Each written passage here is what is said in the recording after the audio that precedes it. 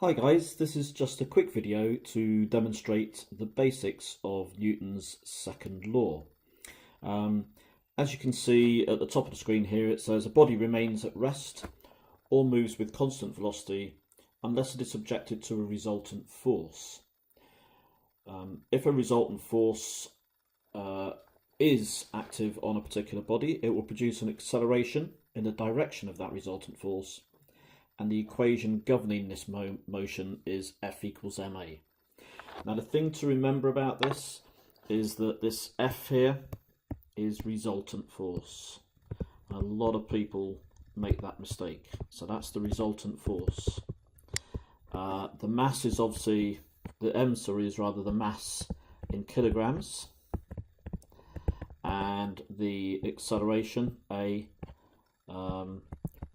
is in the units, acceleration is in the units of meters per second squared. Okay, so really important that you understand what those things represent, and in particular that the force is actually the resultant force there in that F equals ma formula. So let's have a look at an example.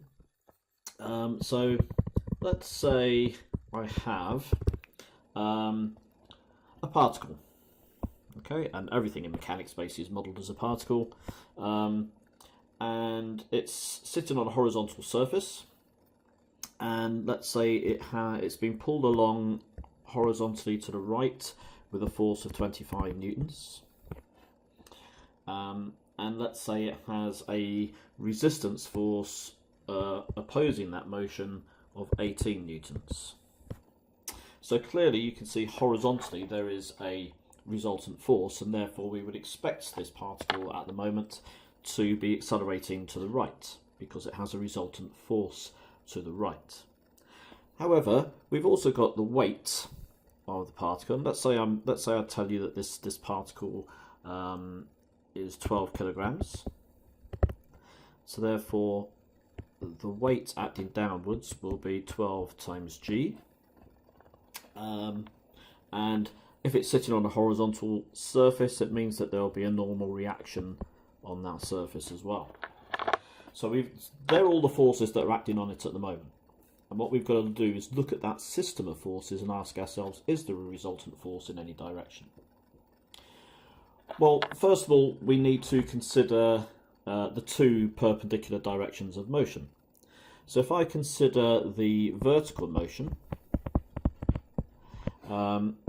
we can see that this particle is moving along this horizontal surface to the right, so there's no vertical motion at all.